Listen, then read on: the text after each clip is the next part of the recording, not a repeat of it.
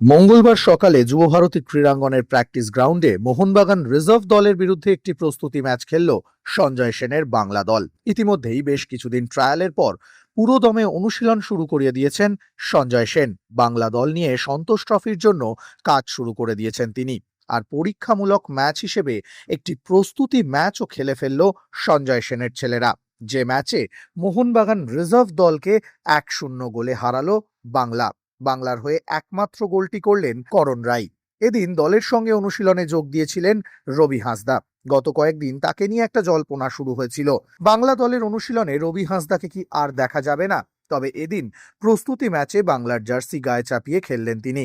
Match শেষে সাংবাদিকদের সঙ্গে কথা বললেন বাংলা দলের হেড কোচ সঞ্জয় সেন। বললেন, আমার কাছে এই প্রস্তুতি ম্যাচটা ছিল শুধুই পরীক্ষামূলক।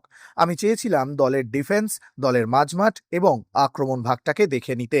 তার মধ্যে বেশ কিছু ভালো ফুটবলারদের পেয়েছি যারা এই দলে পার্থক্য গড়ে দিতে পারে। রবি হাঁসদা এই মুহূর্তে বেঙ্গল সুপার লিগ খেলছে, তাই প্রতিটা অনুশীলনে তাকে ডাকা হচ্ছে না, কারণ এই ফুটবলারদের ম্যাচ টাইমটাও অত্যন্ত প্রয়োজন। পাশাপাশি মোহনবাগানের রিজার্ভ দলের বিরুদ্ধে জয় পাওয়াতেও অনেকটা স্বস্তিতে আছেন সঞ্জয় সেন। ম্যাচের পর কি বললেন তিনি, চলুন শুনে নেওয়া যাক তার মুখ থেকেই। এই একটা টিম যেটা দীপঙ্কর ওই কোচ ওদের সাথে খেলেছি, এবং ওদের সাথে কেন খেলারও কারণ আছে যে আমি ওই বাজ বিচার করি না। উইক টিম স্ট্রং টিমের সাথে খেলার ব্যাপার অনেক কোচেরা উইক থেকে শুরু করে। তারপরে তো আমি ওই টিমটার সাথে খেলেছিলাম, তখনও আমাদের প্রস্তুতি পর্ব চলছিল, এখনো মানে প্রস্তুতি পর্ব as well as selection trial. এবং গত ম্যাচটাও যথেষ্ট ভালো ফুটবল খেলেছে, এই ম্যাচটাও অনেক ডমিনেটিং ফুটবল খেলেছে। এবং সেকেন্ড হাফে মোহনবাগান কিছুটা খেলা, কারণ অনেক সময় টপিক চেঞ্জিং হয়ে গেলে ওই পেসের সাথে অ্যাডজাস্ট করা খুব মুশকিল। যারা পরে নামছে তারা কিন্তু আমার থেকেও আশানুরূপ, মানে আমি যেটা এক্সপেক্ট করিনি তার থেকে বেটার পারফরমেন্স। কারণ একটা ব্যাপার হলো চান্স পেতে হবে, এই মানসিকতা নিয়ে খেলছে তো। এবং যেটা আমার সব থেকে ভালো লেগেছে, আমি তাদেরকে কয়েকটা জিনিস বলেছিলাম যে মুভমেন্টস বলো, থ্রোইন বলো, ডিফেন্ডিং কিছু সিচুয়েশন, ট্যাকটিক্যাল যেগুলো তারা অক্ষরে অক্ষরে পালন করার চেষ্টা করেছে। ইটস ভেরি পজিটিভ সাইন এবং এটা ভালো। এবং আমার পক্ষে খুব কঠিন যে যে বাদ যাবে হয়তো সে মনে করবে আমাকে কেন বাদ দিল, কিন্তু কিছু করার নেই।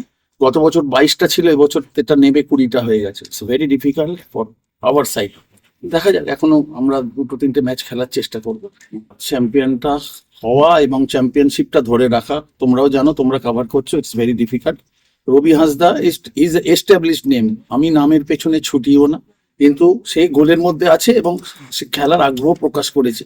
কেউ যদি খেলার আগ্রহ প্রকাশ করে, অনেক ছেলে হয়েছে আছে না যারা ঠিক আছে আমি 2-3টে খেলে নিয়েছি কিন্তু খেলার মধ্যে আছে এবং খেলার ইচ্ছা প্রকাশ করেছে। এটাই আবার বলছি, যারা স্ট্রাইকিং পজিশনে আছে বা অন্যান্য পজিশনে আছে, আমি তাদেরকে লাইন আপেও বলি, তারা যদি আসে কেউ, তো এই সাহিল হরিজন, রবি হাঁসদা, নরহরি, এদের নাম করে আমি বলেছি, কেউ যদি আসে তখন তোমাদের মধ্যে কেউ না কেউ বাদ যাবে। তো সুতরাং সেই ভাব মানসিকতা নিয়ে তোমরাও খেলো। তো রবি আজকে এসছে, ইটস ভেরি গুড গেস্টার। এবং ওখানেও আমাদের এখানে প্রচুর খেলোয়াড় আছে যারা বেঙ্গল লিগ খেলছে, আমি তাদেরকে ছেড়েও দিচ্ছি, কারণ ম্যাচ টাইমটা দরকার আছে তাদের পক্ষে। এবং রবির ক্ষেত্রেও তাই। আবার যেদিন অনুশীলন হবে, ব্যাপারটা হলো আমরা এখনো জানি না আমাদের প্রথম ম্যাচ হবে। তো এটা যেরকম একদিক দিয়ে ভালো আবার একদিক দিয়ে খারাপ, কারণ আমাকে তো একটা প্ল্যান করতে হবে। টু মাচ ট্রেনিং হয়ে গেলে আবার আর একটা অসুবিধে, যে তখন আবার একটা স্ট্রেস ফ্যাক্টর, অনেকগুলো জিনিস আসবে। তো দেখা যাক। সুবিধা ছিল 22 জন, আমাকে 11v11 খেলতে গেলে তো আমি মোটামুটি একটা 25-26 জনকে নিয়ে করবো। এবং ছেলেদেরকে সেইভাবেই আমি আসছে কাল বলবো যে আমরা 20 জন করবো। এর মধ্যে থেকে তোমাদের যদি মনে হয় doubt, you may not come. তো কেউ যদি নিজে থেকে সরে যায় সেটা আমার পক্ষে সুবিধা, কারণ অনেক ছেলে বুঝতে পারে না কম্পিটিশনটা আমার, কারণ এরম ইতিমধ্যে হয়েছে, আমি বাদ দিইনি কিন্তু 4-5টা ছেলে আসেনি। সেটা মোহনবাগানেরও এক খেলোয়াড় আছে, 2টো খেলোয়াড় আছে এবং অন্য দলেরও আছে, আমি নাম বলবো। এনিওয়ে, তো দেখা যাক সেটা।